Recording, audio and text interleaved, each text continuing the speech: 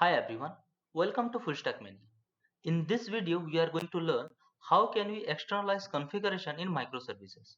Before that, let's see what is the need of it. Here I have created a basic Spring Boot application. In the application.yaml, I have added a couple of properties. Now, from deployment perspective, the properties are still inside the jar.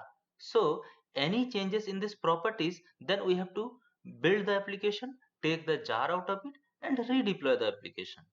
In a typical microservice cluster, there will be 10 or 20 independent microservices, and we have to repeat the same process for all the microservices, which is tedious. Now, let's see what Spring Cloud Config Server does for us to overcome this issue. Here, the Cloud Config Server is the centralized server that will give configuration to all the microservices. Now, the Cloud Config Server will constantly look at the GitHub repo where all the configuration files will be added. In this way, the configuration file is outside the microservice source code, and any changes in the configuration file, then you don't have to redeploy your microservice. Here is a trick. The name of the configuration file should be same as the name of the microservice. Let's understand this. Suppose we have payment service.yaml file in the GitHub repo. So when payment service will ask for configuration, then the cloud config server will return the payment service.yaml file to it. In the same way, order service.yaml file will be returned to the order service. Okay? Let's implement this from scratch so that we can understand this better. So, creating a cloud config server is almost similar to create a Spring Boot application with some additional dependencies.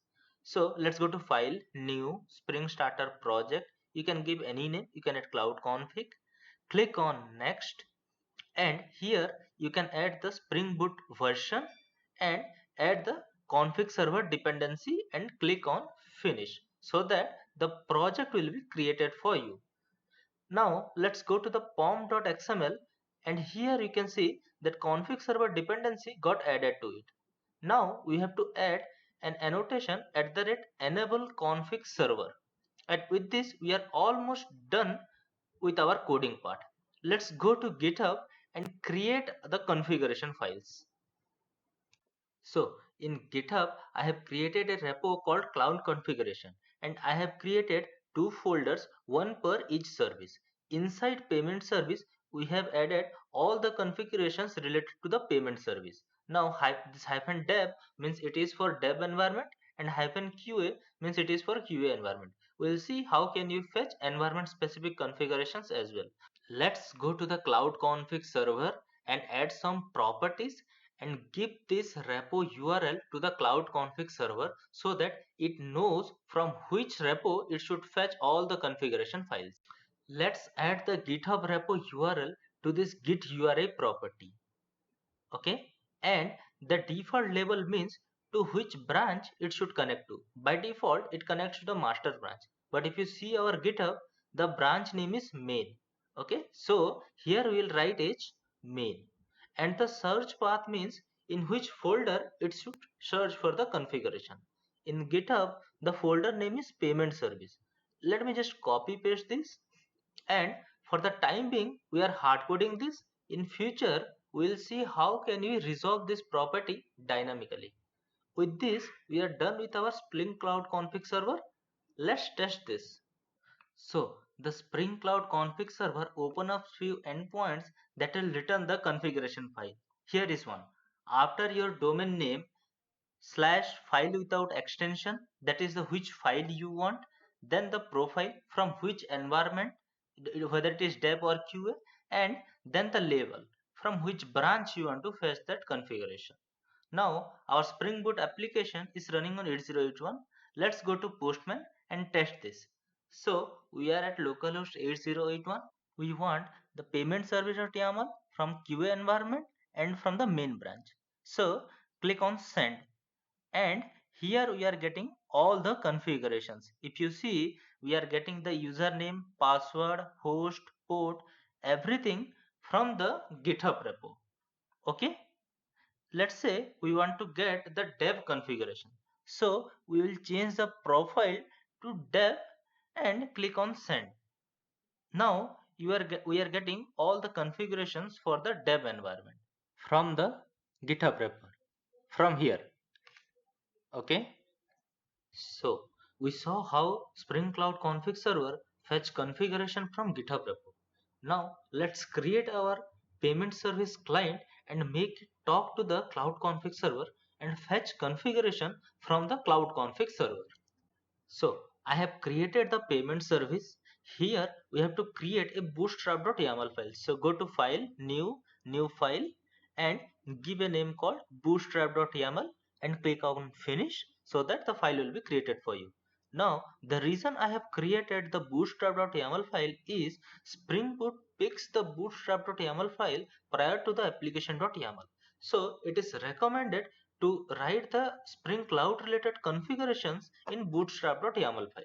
Now let's add couple of properties and make the client knows how it can talk to the Spring Cloud config server. So here we have added couple of properties to the bootstrap.yaml. Let me walk you through the properties. So to the spring.cloud.config.uri, we are giving the path where the cloud config server is running. In our case it is 8081.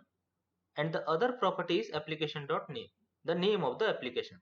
As I told you, the Spring Cloud Config Server will return the configuration file as the name of the application. Okay, so when this application will call the Cloud Config Server, it will return the payment service.yaml file. There is one last thing we have to do.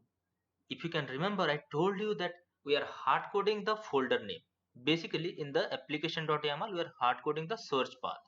So instead of that, you can do it like this: single quotes, curly brace, and application. So whichever client will call this cloud config server, the name of the client will be replaced over here. In our case, in the payment service, we mentioned the application name as payment service. In the, you can see we mentioned the name as payment service. So in the cloud config server, the search path will be resolved as payment service. Got it? So here I have created a service configuration class with @configuration properties annotation, and I have created couple of fields and the getter setters. Let me make you understand what @configuration properties does. So in configuration properties, we have to give a prefix, and the prefix name should be same as the root property in the configuration file. If you see our configuration file, the root property name is application configuration. Okay, so the same name I have added in the prefix. Okay, and I have created the first level properties as a field, and the name should be the same. If you see here, host, and it is host, it is port, and I mentioned it as port. So if Spring Boot find these properties, then it will bind those properties values to these fields. We'll create a dedicated video on configuration properties, so don't worry. I will mark this class with @configuration to register it as a Spring Bean so that wherever I want to access these fields, I can auto add this service configuration class and get the properties with the help of getters. So I have created the controller class with @rest controller annotation, and I have injected the service configuration so that I can access all the properties inside it. And I have created a simple endpoint that will return all the fields, and I am accessing all the values to configuration.getHost, the configuration.getPort, and all other properties. Okay, so we are done with our Spring Cloud config client, and let's test this. So let's start our payment service and see what are the response we are getting. I have opened up the console. Here you can see our payment service is fetching the configuration from localhost 8081 where the Spring Cloud config server is running. And here is one interesting line: the profile of the application is set to default. Okay, and our payment service application itself is running on localhost 8080.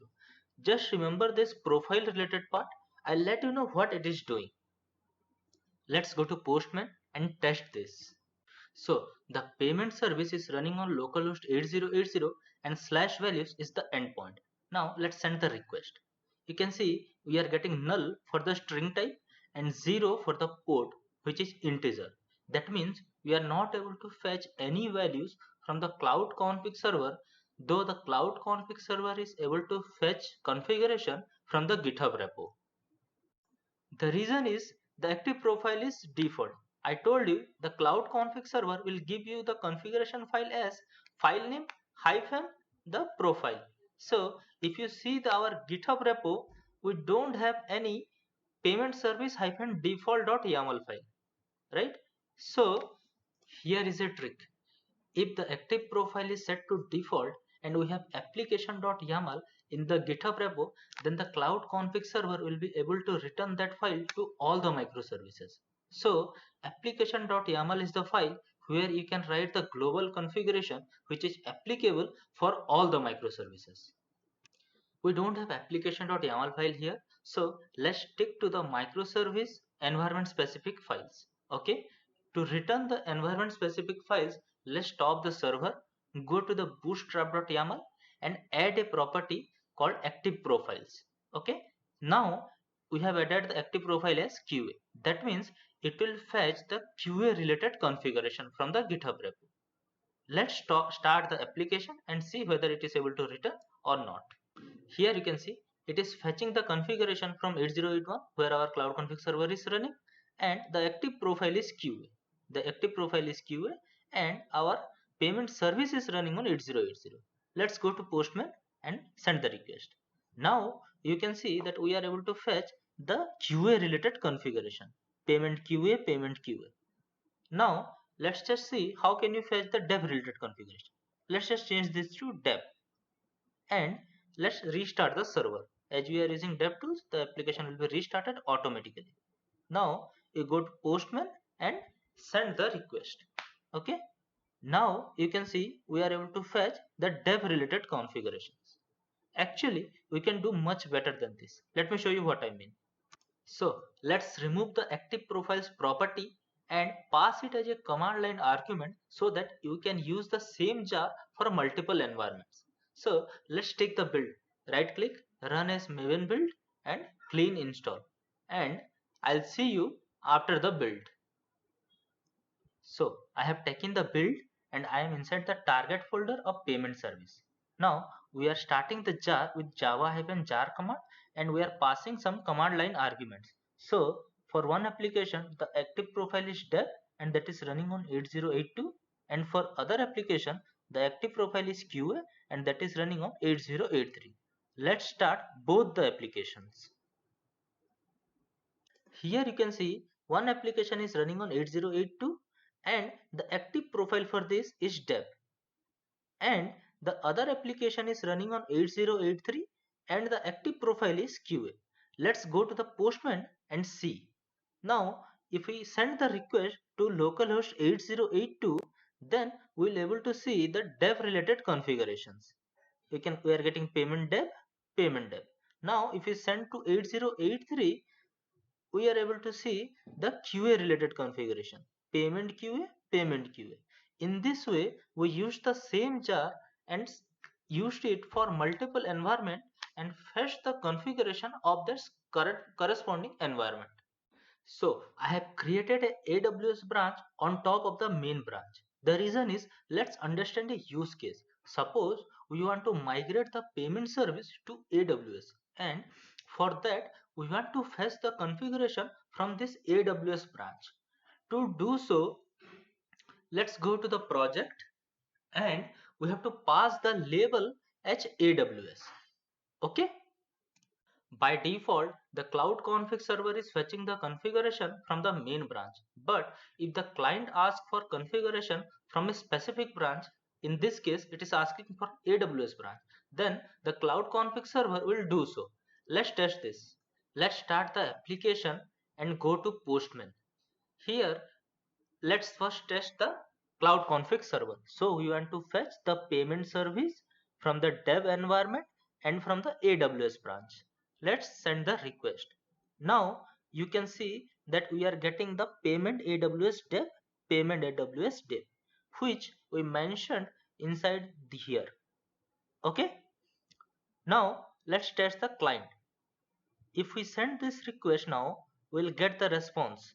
Here you can see we are getting payment AWS dev and payment AWS dev. I have checked in the code in GitHub and you will get the link in the description. Thank you.